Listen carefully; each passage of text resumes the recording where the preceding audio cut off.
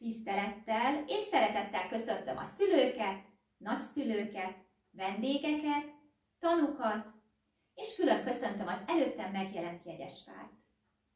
Kérem, foglaljatok helyet. Kedves Júlia és Zoli! Az egész világon az egyik legszebb események közé tartozik, amikor két szerelmes szív örök hűséget fogadnak egymásnak, szeretteik és családjuk körében.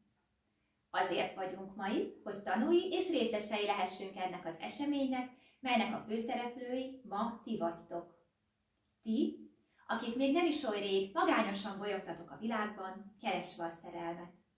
Hiszen a szerelem az élet legcsodálatosabb ajándéka, melynek minden pillanata tele van varázslattal és csodával. A szerelem gyakran a váratlan helyzetekben találnak ránk. Nálatok sem volt ez másként, hiszen sorsotok kezdete nem másút, mint egy buszon utazva indult el. Zoli, a buszsofőr, szokásos helyén a volán mögött ült, amikor Júlia, a bájos utas, felszállt a járműre.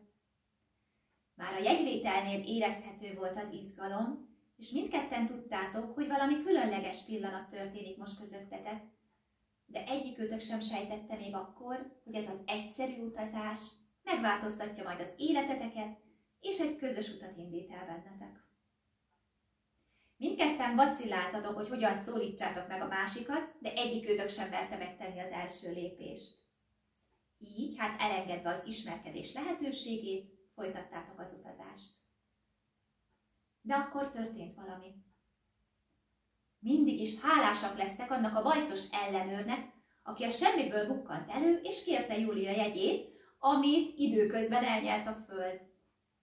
Zoli, mint egy igazi gavallér, azonnal reagált a helyzetre, és kifizette Júlia büntetését, mert már akkor tudta, hogy ez a befektetés nagyon meg fog térülni.